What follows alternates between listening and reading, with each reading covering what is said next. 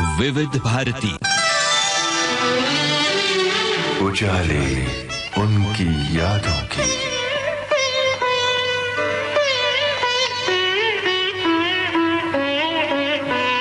उजाले उनकी यादों की।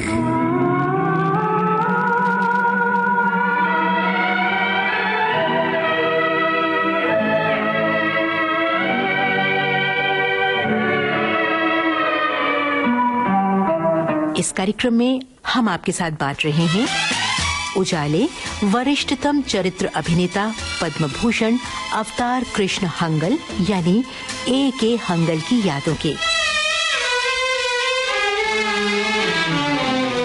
यादें अभिनय के महासमुद्र में गोताखोरी के हुनर की। यादें चरित्र को पूरी तरह आत्मसात कर लेने की कला की। जब भी कोई कंगना बोले। चरित्र अभिनेता A.K. हंगल के साथ यादें चरित्र को हूबहू पर्दे पर उतार देने के फन की। आ गया आज तो बड़ा। आज सुनिए A.K. हंगल पर आधारित इस कार्यक्रम की दूसरी कड़ी। पिछले अंक में आपने सुना कि किस तरह हंगल साहब आजादी के पहले स्कूल के नाटकों के जरिए स्वाधीनता के कामों में जुटे रहे। रेडियो नाटक भी किए, पकड़े गए तो लाठियां भी खाई, और हाँ, टेलरिंग और कटिंग का काम भी चलता रहा जो रोजी रोटी का जरिया था। अब आगे की कहानी A.K. हंगल की जबानी। उन दोनों में तो आजादी की लड़ाई बड़े जोरों पर थी। 40 में हम कराची में 1940, 7 साल के बाद तो आजादी मिलने वाली थी। तो वह गर्म था, सब मामला गर्म। आज ये हो रहा है, कल वो हो रहा है, परसों वो हो रहा है। हमने वहाँ भी ड्रामे शुरू कर दिए। काम भी करता था, शाम को ड्रामे भी करता था। ड्रामे का बेहद शौक था। और पेशावर में मैंने ब्रॉडकास्टिंग किया था। ब्रॉडकास्टिंग में किया था महाभारत और चंद्रगुप्त में पेशावर में किया। महाभारत में मैं कृष्ण और नारद दोनों का काम किया, और चंद्रगुप्त में पेशावर के रेडियो में। फिर कराची आया तो कराची में भी हमने रेडियो में उन्होंने हमको बुलाया 14 अगस्त को, तो हमने वहाँ ड्रामा किया रेडियो पे, जैसा मैं बता चुका हूँ पहले।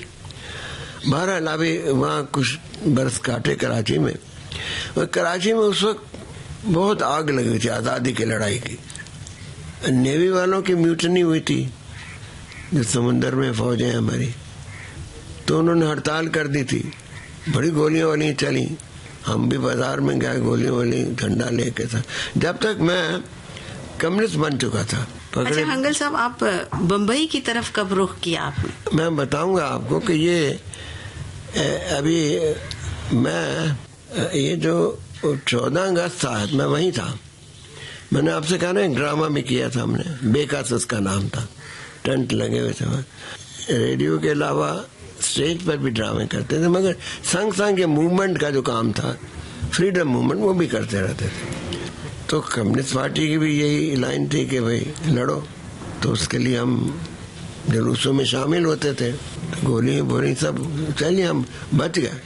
पेशावर में भी बच गया गोली से, तो इसमें भी बच गया। तो फिर मैंने देखा आज़ादी मिल गई 14 अगस्त कराची में, पाकिस्तान में। तो हम भी सड़क पे खड़े थे, हमने देखा जिन्ना और माउंटबेटन ने गाड़ी में बैठे हुए हैं और गाड़ी चल रही है, ओपन कार। तो हमने देखा जलते भी गए, कहते भी गए, आजादी के परवाने। जीना तो उसी का जीना है,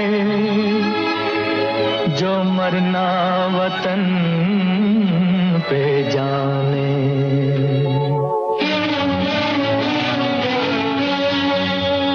ऐ वतन हमको तेरी कसम, तेरी राहों में जहाँ तक लुटा जाएंगे। फूल क्या चीज है तेरे कदमों पे, हम भेंट अपने सरों की चढ़ा जाएंगे।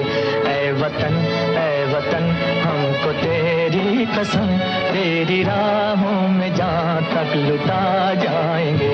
ऐ वतन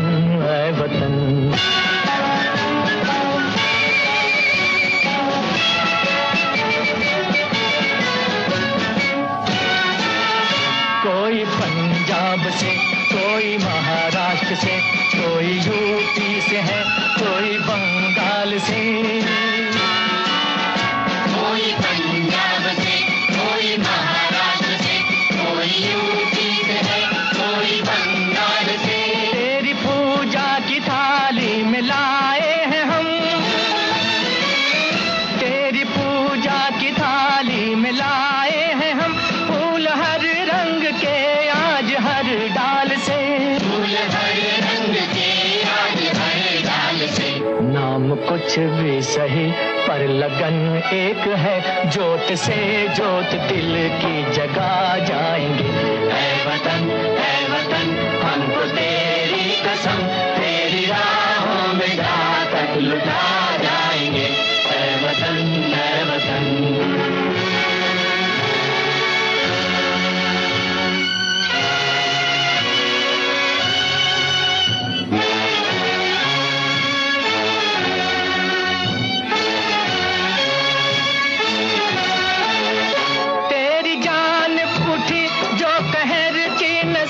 उस नजर को झुका के ही दम लेंगे हम। तेरी जान उठी जो कहर की नजर, उस नजर को झुका के ही दम लेंगे हम। तेरी धरती पे है जो कदम गैर का, उस कदम का निशान तक मिटा देंगे हम, उस कदम का निशान तक मिटा देंगे हम। जो भी दीवार आएगी अब सामने, ठोकरों से उसे हम गिरा जाएंगे। ऐ वतन हमको तेरी कसम, तेरी राहों में जा तक लुटा जाएंगे। ऐ वतन। और फिर वो दिन भी मुझे याद है जब पार्लियामेंट में जिन्ना साहब ने कहा कि now that we have achieved Pakistan, Hindu will cease to be Hindu, Muslim will cease to be Muslim politically. तो बड़ी अच्छी बात कही, महाराज उन्होंने ये कही।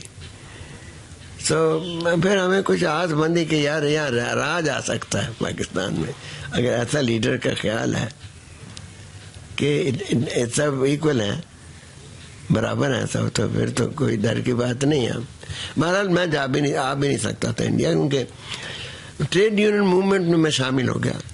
2-3 यूनियंस का मैं प्रेसिडेंट था, उनके लिए लड़ रहा था। उनकी संडे भर पगार मिलना चाहिए, हक की लड़ाई, हक की 15 दिन की छुट्टी साल में होनी चाहिए, वगैरह वगैरह। ये सब यूनियंस में ये तो भेद, उन दोनों ये भी नहीं था। आज तो मजदूर तारीख बहुत आगे बढ़ी हुई है, उन दोनों में ये संडे भर पगार नहीं। और मैं जहाँ नौकरी करता मुझे सब कुछ मिलता था, मेरे नीचे जो काम करते थे उनको कुछ नहीं। उनके लड़ा बड़ा ये कि नौकरी भी गई, फिर बुरी हालत। इस बीच में क्या हुआ कि हम पकड़े गए, जब मांगे ज्यादा कर दी थी शायद, उसमें हम पकड़े गए। अब उनको मालूम था कि ये कम्युनिस्ट भी है, आज़ादी की लड़ाई में भी लड़ता है, ट्रेड यूनियन में भी लड़ता है, इसको पकड़ के अंदर करो। तो मुझे पकड़ लिया उन्होंने, मैं 2 साल जेल में रहा हूँ। कोई बात नहीं, होता है ऐसा। अब मेरी बीवी बच्चा वहीं थे और दोस्त मेरे सब चले आए थे इंडिया। तो फिर एक और बात है, इन दोनों क्या हुआ कि इंडिया और पाकिस्तान का एक मुआहदा एग्रीमेंट हुआ कि जो कैदी जेल में है, हिंदू कैदी उधर जो है वो इंडिया आ जाए, मुसलमान कैदी जो इंडिया में है वो पाकिस्तान चले जाए। ये एग्रीमेंट हुआ, एक्सचेंज ऑफ प्रिजनर्स। तो हमको एक दिन आके सुप्रीडेंट बोला, get ready, tomorrow you are going to India. अरे तुमने हमसे तो पूछा नहीं, कैसे इंडिया? हम नहीं जाएंगे। No there is an agreement. उनका होता रहा है, हमने भी पढ़ा, ये टाइम्स ऑफ इंडिया है ना, मैं वहां मंगवाता था जेल में पाकिस्तान में, पैसे भर देते थे मेरे दोस्त, और जेलर वाले दूसरे जो खतरनाक खबर होती थी उसको एडिट कर देते थे और मुझे देते थे। उसमें एग्रीमेंट जो था पूरे का पूरा था इंडिया और पाकिस्तान का। उसमें लिखा था कि the prisoner has to be consulted, कैदी से सलाह करनी, तुम जाना भी चाहते हो कि नहीं, तुम शहर छोड़ना भी चाहते हो कि नहीं, उसमें ये लिखा हुआ था। उन्होंने मुझसे तो पूछा ही नहीं, मैंने कहा आपने हमसे पूछा ही नहीं, हम जाना भी चाहते हैं इंडिया के नहीं। वो अंग्रेज था, एक एंग्लो इंडियन था एक, yes yes we have a point. तो हम नहीं आए साहब, सब कहने अरे तुम बड़े बेवकूफ हो, अपना इंडिया चले जाओ खुश रहोगे। हमने कहा ये सवाल खुशी का नहीं, सवाल उसूल का। यहाँ मैं पैदा हुआ इस मिट्टी पे, मैं क्यों छोड़ के जाऊँ? तकलीफ हाँ होती रहा, तकलीफ लोगों ने जाने दे दी अपने उसूल के ऊपर। हमने क्या किया, 2 साल जेल ही तो काटी। सो इस तरह से। लेकिन फिर क्या हुआ, जेल में बहुत तकलीफें उठाई, लेकिन काट लिया कैसे भी करके। और फिर हमको हमारे लीडर जो थे, मुसलमान थे, वो सारे बड़े बड़े लीडर थे, उन्होंने हमको, वो भी जेल में थे, उन्होंने हमको कहा भैया तुम यहाँ कुछ नहीं कर सकते, तुम जाओ इंडिया। एक तो तुम माइनॉरिटी के हो, दूसरा तुम कम्युनिस्ट हो, तीसरा पता नहीं और कुछ बोला। ये तीनों चीजें तुम्हारे, हाँ तीसरा तुम बड़े सेंसिटिव आर्टिस्ट हो। आर्टिस्ट का दिल बड़ा कमजोर क्या, नर्म होता है। नर्म यानी ज्यादा भावुक होते हैं।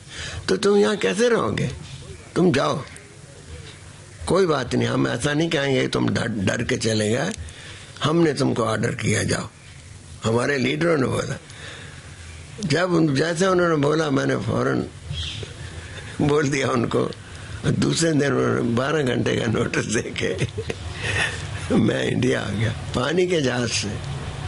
पैसे तो थे नहीं, सिर्फ 20 रुपए थे मेरे जहाज। अब मेरी आपको जानना चाहिए कि मेरी वहाँ भी कोई प्रॉपर्टी नहीं थी, घर किराए का था। यहाँ भी मेरी प्रॉपर्टी नहीं है, घर किराए का, मेरा अपना नहीं है। आप पूछेंगे इतना कमाया, इतना किधर गया? भाई ये मत पूछिए कि किधर गया। मेरे काम ऐसे थे कि उसमें मैं खर्च करता था दूसरों के लिए। एक गाना है, जिए तो क्या जिए, अपने लिए जिए तो क्या लिए, तू जिए दिल जमाने के लिए। तू दे दुनिया में ये इंसान की पहचान है, जो पराई आग में जल जाए वो इंसान है।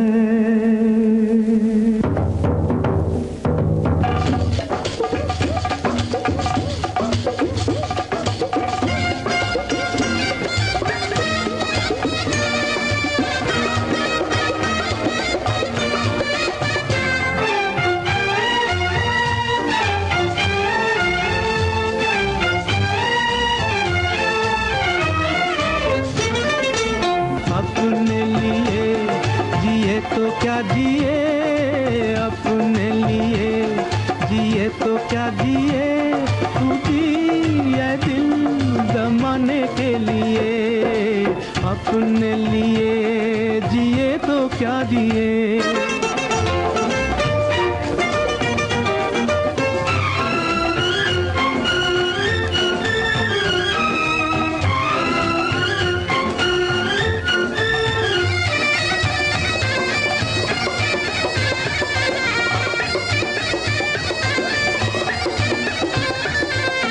बाजार से जमाने के कुछ भी न हम खरीदेंगे, बाजार से जमाने के कुछ भी न हम खरीदेंगे।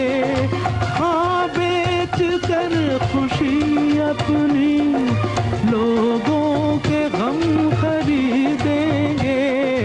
बुझते दिए जलाने के लिए, बुझते दिए जलाने के लिए, तू जिए दिल जमाने के लिए।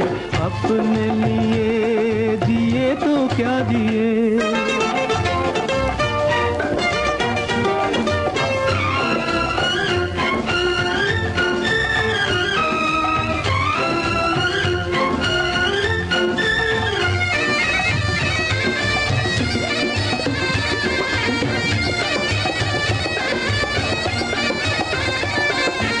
अपनी खुदी को जो समझा, उसने खुदा को पहचाना। अपनी खुदी को जो समझा, उसने खुदा को पहचाना। आजाद फिक्र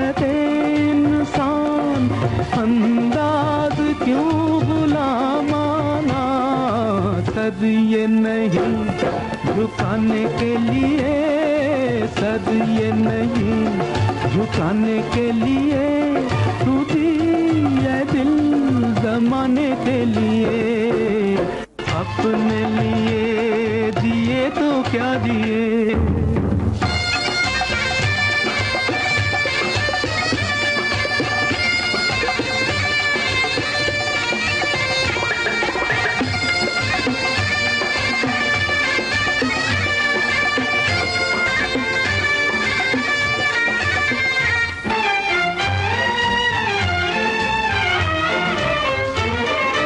हिम्मत बुलंद है अपनी, पत्थर सी जान रखते हैं। हिम्मत बुलंद है अपनी, पत्थर सी जान रखते हैं।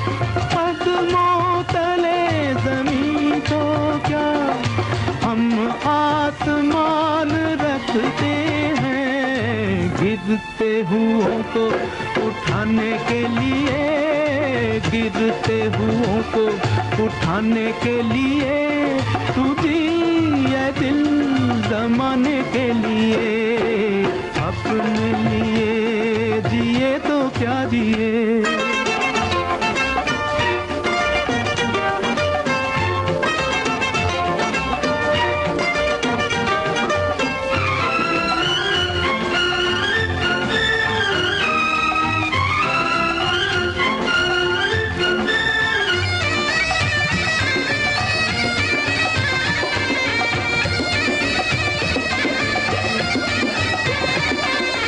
चल आफताब लेकर चल, चल माहताब लेकर चल, चल आफताब लेकर चल, चल माहताब लेकर चल। तू अपनी एक ठोकर में 100 इनकलाब लेकर चल। जुल्म सितम मिटाने के लिए, जुल्म सितम मिटाने के लिए, तू दिए दिल जमाने के लिए, अपने लिए दिए तो क्या दिए, अपने लिए दिए तो क्या दिए। ये तो मूवमेंट की बात हो गई। आजादी की लड़ाई में आप उसी जमाने के हैं तो बहुत असर आप पे रहा और आधी से ज्यादा जिंदगी उसी में गुजरी। पर आपके परिवार का भी इसमें सहयोग था और कैसे, क्या कुछ परिवार की बातें हमें बताएं। परिवार का क्या क्या, बेचारों ने बहुत सख्ती भोगी। मैं तो 2 साल जेल में था। वहाँ जिस एरिया में उससे पहले आपकी शादी हो गई थी? शादी तो बचपन में हो गई थी। उन दिनों में बचपन में ही शादी हुआ करती थी। आपकी भी बचपन में हुई होगी। तो खैर मजाक करता हूँ मैं। जल्दी हो गई थी तो लड़का भी हो गया था, बच्चा एक ही लड़का मेरा अब तक। हाँ, वो दोनों माँ बेटे कराची में ही थे। मैं जेल में था। उनको भी दुख उठाने पड़ते हैं। बहुत दुख साहब, पूछिए मत पूछिए। और वो मोहल्ला जो था वो उन लोगों का था जो इंडिया से मार खा के वहाँ पाकिस्तान गए थे। जैसे हिंदू वहाँ से मार खा के यहाँ आए, मुसलमान यहाँ से मार खा के पाकिस्तान गए। ये तो था, दोनों का दोस्त था। तो वो जिस मोहल्ले में हम रहते थे वो मोहल्ले सब मुसलमान आ गए थे। यहाँ से मार खा, गुस्से में जो मार खाएगा गुस्सा तो होगा। जैसे वहाँ से हिंदू आए तो उनको गुस्सा था, उन्होंने सांप्रदायिकतावादी पार्टियां बना ली थी यहाँ जो आए थे। तो यहाँ से मुसलमान जो गया वहाँ उन्होंने सांप्रदायिकतावादी पार्टियां बना ली। तो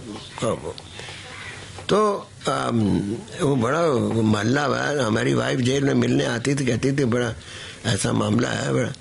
कल की एक दफ़ा किसी ने हमला भी किया तो हम बिल्डिंग वालों ने कहा था मुसलमान कि इस घर पे हाथ नहीं रखना, इस घर वालों को कुछ बोला तो हमारी लाश पर से जाओगे।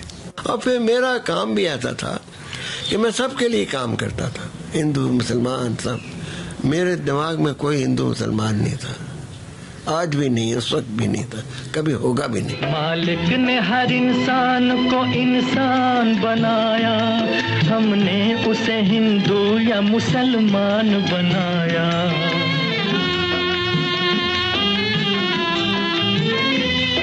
मालिक ने हर इंसान को इंसान बनाया, हमने उसे हिंदू या मुसलमान बनाया।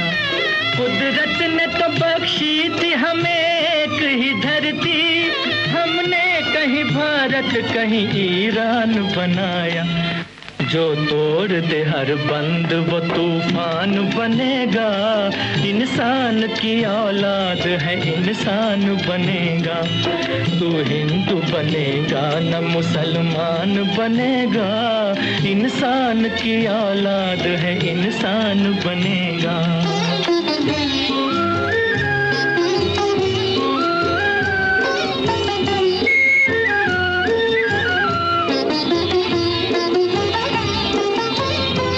नफरत जो सिखाए वो धर्म तेरा नहीं है, इंसान को जो रौंदे वो कदम तेरा नहीं है।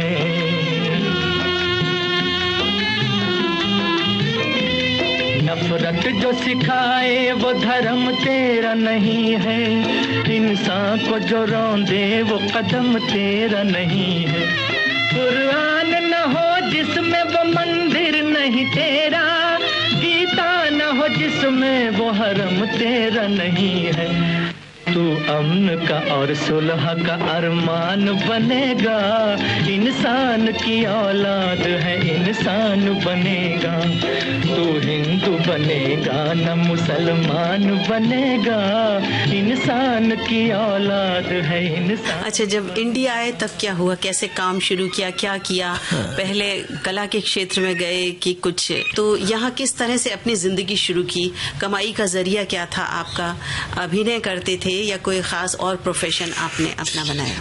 तो साहब हम कराची से पानी के जहाज से इंडिया आ गए, बम्बई आ गए। तो बम्बई जो आ गए तो यहाँ हमने ढूंढा काम, पहले कटिंग का जो हम प्रोफेशन था मेरा, ढूंढ के अच्छी पगार लग गई चर्च गेट पर। यहाँ बड़ी फर्म थी एक, 500 रुपये महीना पगार उस जमाने में। हाँ, क्योंकि वो सिंधी थे, जानते थे मुझे कराची से, तो वो मेरे जैसा कटर मुश्किल से मिलता था उनको। तो हमने शुरू कर दिया, कपड़े अपड़े बनवाए। कपड़े नहीं थे, जूते नहीं थे, जूता किसी और का पहन के मैं आया हुआ था यहाँ। बहुत तकलीफ, बहुत कपड़े बनवाए, ये किया वो किया। अब घर कहाँ रहे, कर्जा लिया, घर एक किराए का लिया, वो लोगों ने लूट लिया किराए का घर। कहने लगे जी तुम्हारा है ही नहीं, तुम कैसे रह सकते हो इसमें, तो फलाने का ढीरे का। ऐसा करके बहुत, एक घर दूसरा घर। परिवार लेके आए थे साथ में? हाँ, साथ में लेके आया ना। उनको मैंने कहता था मैं जाने वाला हूँ अभी इंडिया, तैयारी तुम बिस्तरा बांध के रखो। तो इस तरह से मैंने कटिंग काम शुरू कर दिया, साथ ही साथ ड्रामों का काम।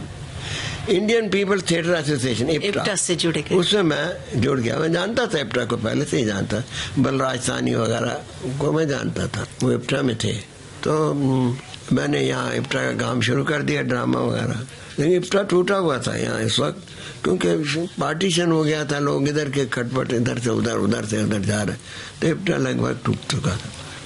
तो फिर हमने शुरू किया दूसरे दोस्तों के संग मिलके, और शुरू कर दिया। साथ ही साथ अपनी नौकरी करी। तो मैं शाम को 6 साढ़े 6 बजे छोड़ देता था दुकान। उनको बहुत बुरा लगता था कि ग्राहक तो शाम को ही आता है। उन्होंने मुझे नोटिस दे कर निकाल दिया, कल गया ऐसा नहीं चलेगा।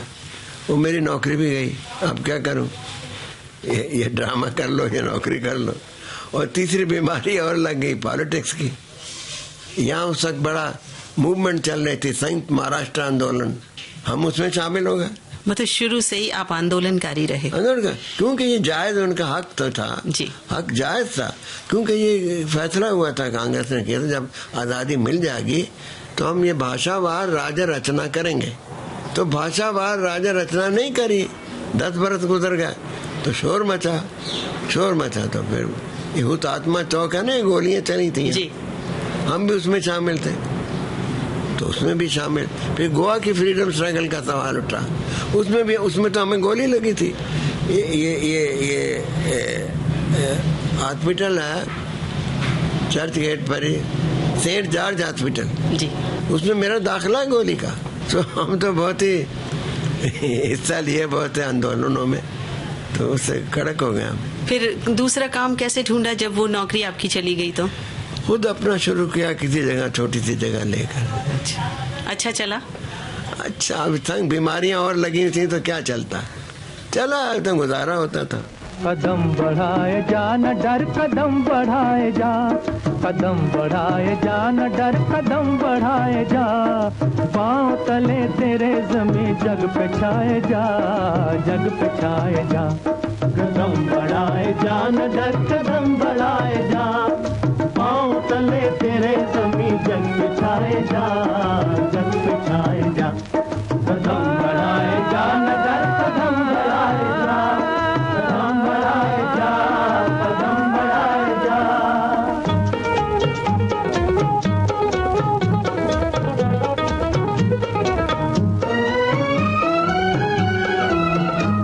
ये जिंदगी की धूप छाओ क्या डराएगी, ये जिंदगी की धूप छाओ क्या डराएगी, जले हुए चमन में खुद बहार आएगी, बहार आएगी। मुसीबतें तो आएंगी तो मुस्कुराए जा, मुस्कुराए जा। कदम बढ़ाए जा न डर, कदम बढ़ाए जा, पाँव तले तेरे जमी जग पे छाए जा, जग पे छाए जा। कदम बढ़ाए जा न डर, कदम बढ़ाए जा, कदम बढ़ाए जा, कदम बढ़ाए जा।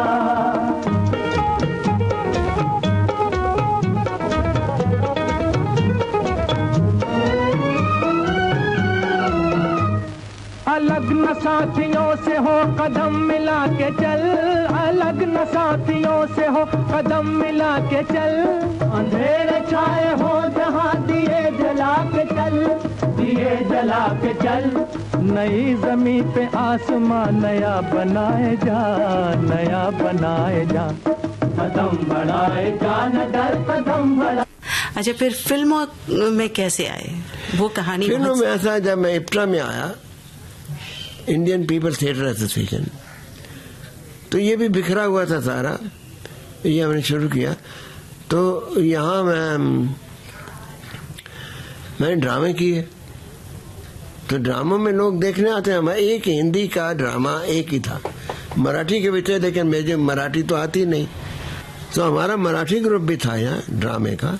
मैं चूंकि हिंदी जानता हूँ, मैं हिंदी ग्रुप में शामिल हो गया, करता रहा। लोग देखते थे, देखते, मुझे तो बड़ा एक्सपीरियंस था ड्रामा का, कहाँ से, पेशावर से शुरू किया हुआ। तो डायरेक्टरों ने देखा इधर उधर हमको, तो कहने लगे तुम सिनेमा में आ जाओ, फिल्मों में आ जाओ, तुम्हारा जो काम है बड़ा नेचुरल है, और फिल्मों में इस चीज़ की ज़रूरत है, इस किस्म के एक्टिंग की ज़रूरत है। और मुझे जोर दिया ऋषिकेश मुखर्जी ने, आप बेचारे गुजर गए। मैं गया उनको देखने में, मैं बहुत रोया। मेरे साथ बड़ा अच्छा उनका संबंध था, और पहली पिक्चर उनके संग मैंने गुड्डी करी थी जी, जया बच्चन के।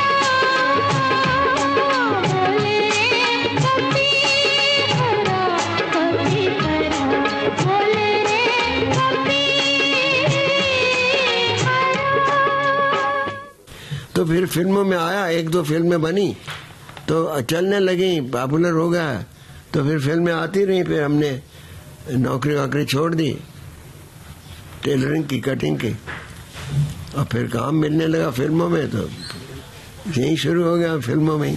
अच्छा, पहली फिल्म कौन सी थी, याद है कुछ? मेरे ख्याल में गुड्डी थी।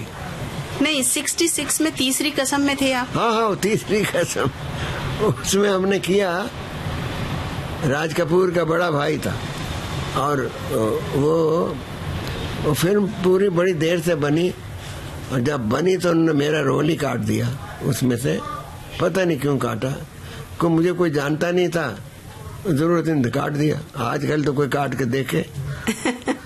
अच्छा, मगर वो फिल्म पर बनी नहीं, या बनी है क्या? बनी।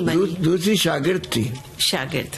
तो शागिर्द में मुझे लोगों ने पहचाना नहीं, पहचान मुझे नहीं मिली जी। मुझे पहचान मिली गुड्डी से। जया बच्चन के संग बेटी थी मेरी, तो बड़ा अच्छा लगा लोगों के। और जया भी बड़ी खुशी हुई, उसका हमारा काफी मेल हो गया। फिर हमको गुड्डी के संग, जया बच्चन के संग और फिल्में मिलने लगी। और ऋषिकेश मुखर्जी कि हर फिल्मों में आप होते थे। हाँ, और वो मुझे बहुत उनके जाने से बहुत दुख हुआ, बहुत ही। मैं अभी गया था अस्पताल उनको देखने, लीलावती हॉस्पिटल में, तो मुझे कहते थे मुन्ना। वो बावर्ची में मेरा नाम मुन्ना रखा हुआ था, मुन्ना आ गया, लिख कर दिया, क्योंकि आंखों में उनके आंसू थे, बोल नहीं पाते थे। ट्यूब्स लगी थी इधर उधर, ट्यूब्स सारा। फिर मैंने भी लिख के क्या मुझे जल्दी अच्छे हो, एक फिल्म डायरेक्ट करो, ये करो। खुश किया उनको। बहुत ही दुख हुआ मुझको उनके जाने से। जिंदगी कैसी है पहेली हाय, कभी तो हंसाए कभी ये रुलाए। जिंदगी कैसी है पहेली हाय, कभी तो हंसाए कभी ये रुलाए।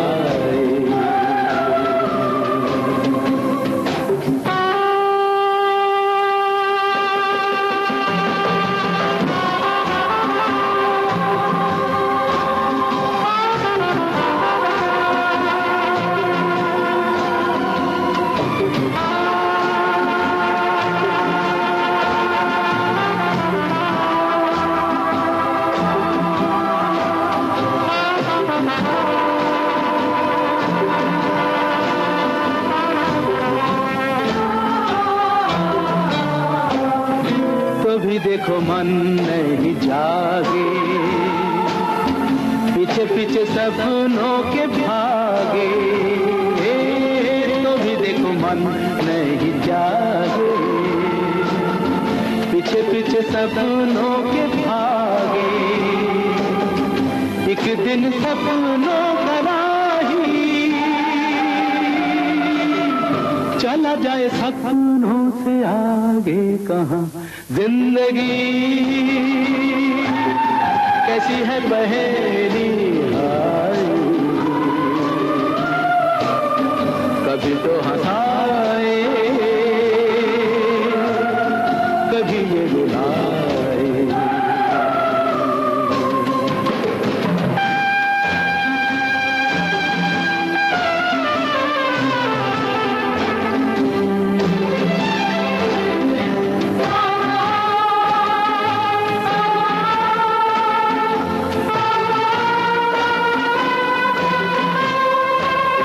जिन्होंने सजाए यहाँ मेले, सुख दुख संग संग झेले। जिन्होंने सजाए यहाँ मेले, सुख दुख संग संग झेले। वही चुनकर खामोशी यूं चले जाए अकेले कहाँ। जिंदगी कैसी है पहेली हाय, कभी तो हंसाए। अच्छा हंगल साहब, ज्यादातर लोग जब फिल्मों में आते हैं तो वो हीरो बनना चाहते हैं और कि जिससे उनका खूब नाम हो, वो सब में जाने जाएं। तो आप जिस उम्र में फिल्मों में आए तो उस वक्त कैसे मैं हीरो बनता? बुढ़ापे में कोई हीरो बनाएगा हमको? तो वो मैं यही जानना चाहती हूँ। करेक्टर एक्टर शुरू से आप रहे, तो इतनी देर में आप फिल्मों में आए, इसका आपको अफसोस नहीं है कि पहले आता तो शायद हीरो बनता? पहले आता तो हाँ शायद हीरो बनता, मगर हमें जो लड़कियां मिली हैं, बेटियां, वो बहुत खूबसूरत थी। हाँ, मतलब सच्ची बोलता हूँ, ये बहुत मुझे। अभी थोड़े दिन पहले मैं जयपुर में शूटिंग कर रहा था और ये लड़की थी, पहली पिक्चर की मेरे साथ थी, बहुत मशहूर हो गई, जो अमेरिका शादी करके गई है, माधुरी दीक्षित। ये भी बम्बई आ रही थी, मैं भी बम्बई आ रहा था। ये कोयला पिक्चर बना के आ रही थी। अच्छा। मैं पता नहीं कौन सी। तो हम एयरपोर्ट में मिल गए, मेरे हाथ में बैग था, इसने छीन लिया मेरे हाथ से। मैंने कहा नहीं, you are a senior actor and you are a very good actor, no you can't. ऊपर तक ले गई प्लेन के, रख कर फिर अपनी सीट पे जाके बैठी। तो मुझे तो बहुत, मैं खुश हूँ कि जितनी लड़कियां मिली, अच्छी थी, स्वभाव की अच्छी, शक्ल सूरत की अच्छी, और हर तरीके से फिल्म में रोल अच्छा। ये थी, राखी मिली, रेखा मिली, अमिताभ बच्चन में क्या नाम था उसका, जया भादुरी मिली, और सत्यम शिवम सुंदरम वाली कौन थी, जीनत अमान मिली। ये सब मेरी लड़कियां बन चुकी हैं। मतलब आपको इस बात का कोई अफसोस नहीं रहा कि अगर आप जल्दी आते तो हीरो बनते और अच्छी अच्छी हीरोइन आपके साथ होती? अभी अच्छी अच्छी बेटियां मिली हैं।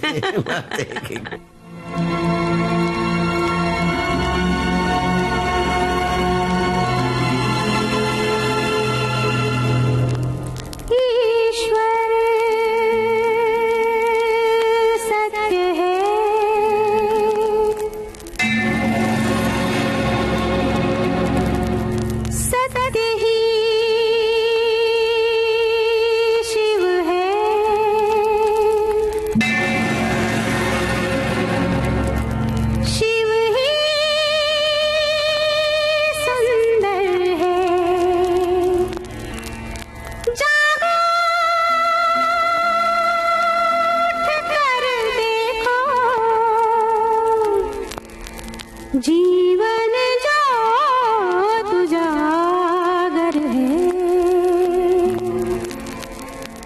सततं शिवं सुंदरं, सततं शिवं सुंदरं, सततं शिवं सुंदरं, सुंदरं।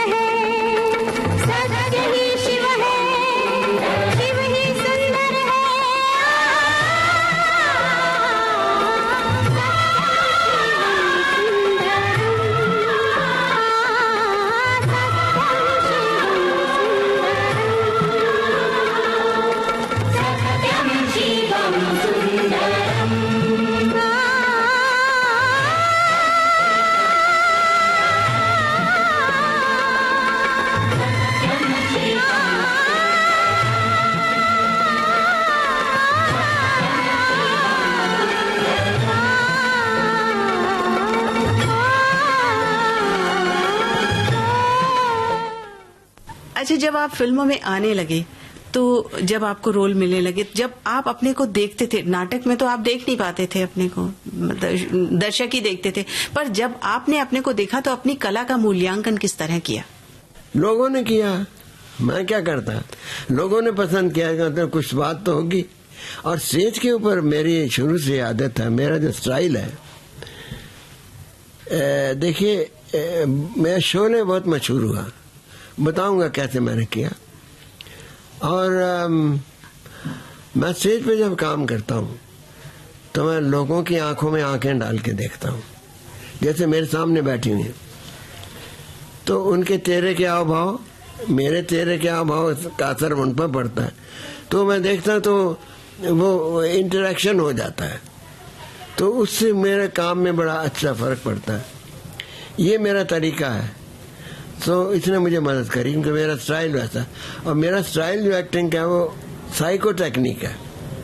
साइकोलॉजिकली मैं अपने रोल को परखता हूँ जी, एक एक सेंटेंस को परखता हूँ, एक पैराग्राफ को परखता हूँ, उसका मतलब जानता हूँ, उसका दूसरे पर क्या असर पड़ेगा, वो बोला तो मुझ पे क्या। तो ये मेरा बोलते वक्त क्या है कि अंदर एक चीज चल रही होती है कि क्या कहूँ उसको, ये कहूँ या वो कहूँ, ये कहूँ या वो कहूँ। तो इसमें मेरा एक नेचुरल आदमी, हर आदमी के संग ऐसा होता है, हर आदमी एक्टर नहीं बन सकता ना। तो आप जैसे जो डायलॉग्स आपको लिखे हुए मिलते हैं या जो, तो उसमें आप अपने हिसाब से कुछ फेर बदल करते हैं या जैसे डायरेक्टर कहता है वैसा करते हैं? नहीं, डायरेक्टर जैसा कहता है वैसा करते हैं, लेकिन अपना भी कुछ लगाते हैं उसमें। और क्योंकि यहाँ तो डायरेक्टर बड़ी चीज है फिल्म में, स्टेज पर तो एक्टर बादशाह। एक दफा ऐसा गुड्डी कर रहे थे हम, गुड्डी, तो मुझे ऋषिकेश जी ने कहा, मुखर्जी ने, हांगल साहब आप स्टेज के बादशाह हैं, हम जानते हैं आपके प्लेन है, इधर मैं बादशाह हूँ फिल्म में, डायरेक्टर बादशाह। मैंने कहा मुझे मालूम है फिल्म में directors medium and stage is actors medium. तो क्या फर्क समझते हैं आप स्टेज और फिल्म में अपनी एक्टिंग को लेके? देखिए जी, मेरा स्टेज पर जो काम होता था वो भी स्टेज ही नहीं होता था, यानी बनावटी जिसको बोलते हैं, लाउड ये नहीं था, तो फिट हो गया इसमें।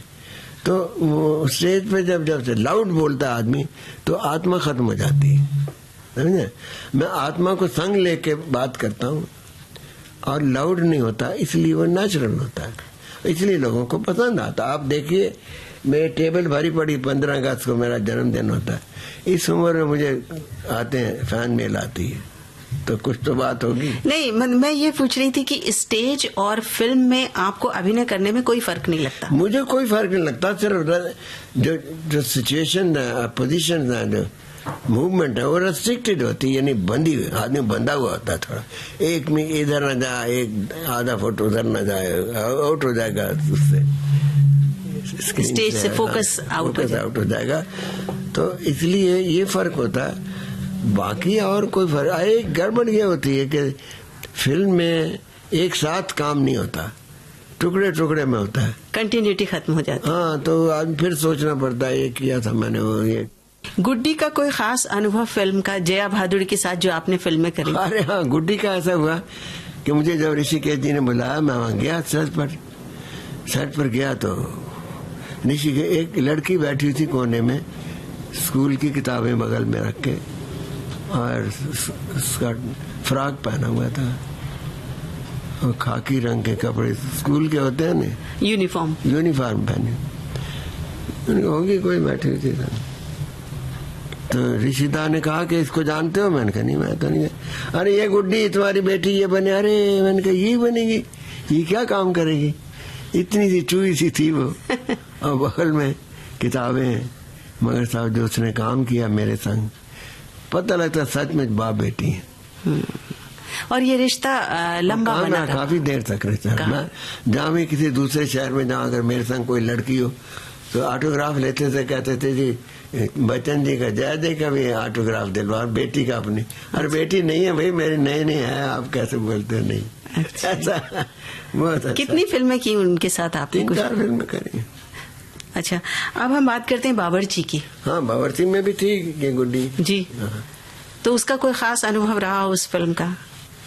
बावर्ची का अनुभव को खास तो नहीं है, हमारे भी बाप थे उसमें। हाँ। पर क्या नाम था उनका?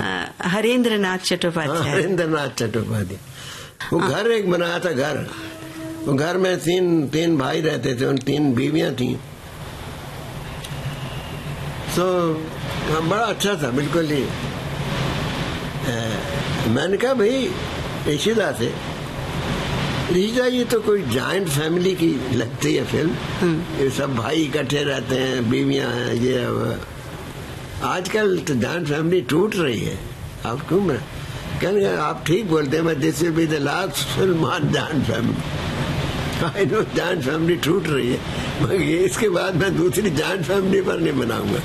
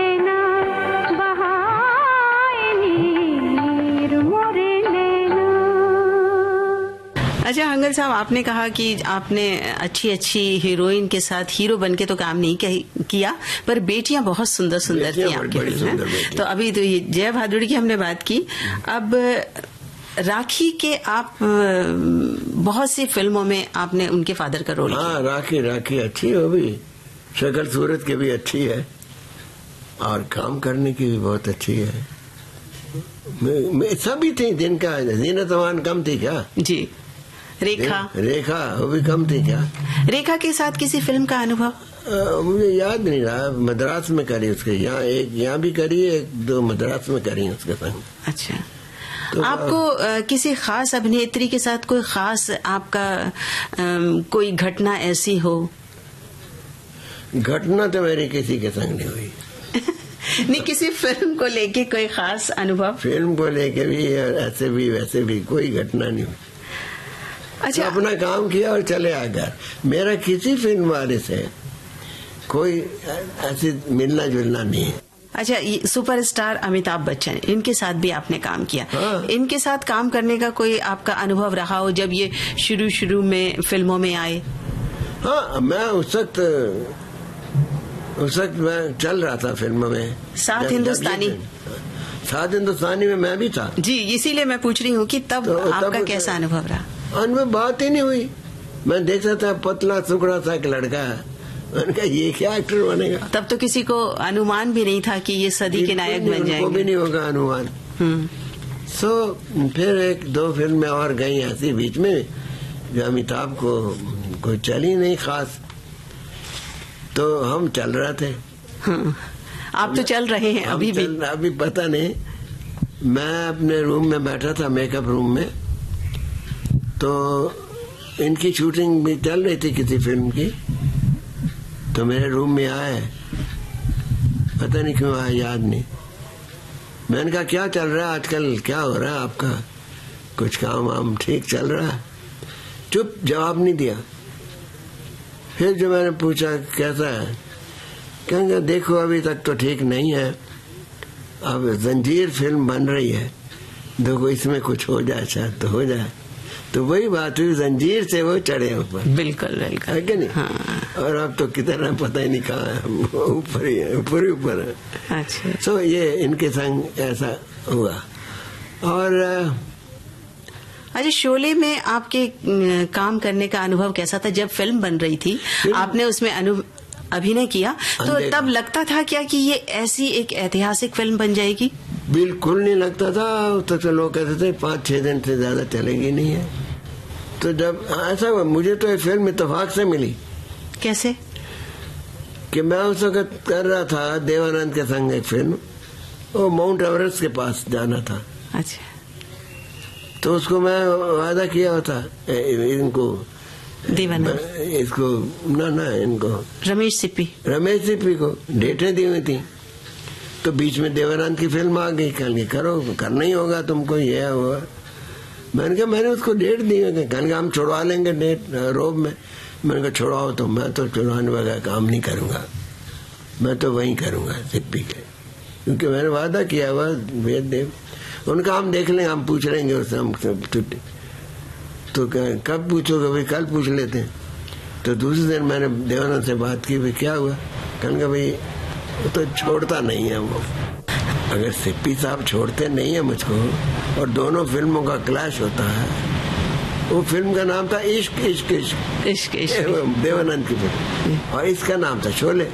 उजाले उनकी यादों के इस कार्यक्रम में आजकल अपनी यादों के उजाले बांट रहे हैं वरिष्ठ अभिनेता A.K. हंगल। आज आपने सुनी इस कार्यक्रम की दूसरी कड़ी। विविध भारती की ओर से इसे आपके लिए प्रस्तुत किया कमलेश पाठक ने।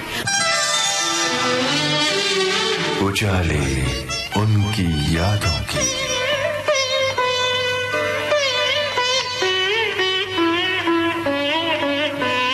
उजाले उनकी यादों के।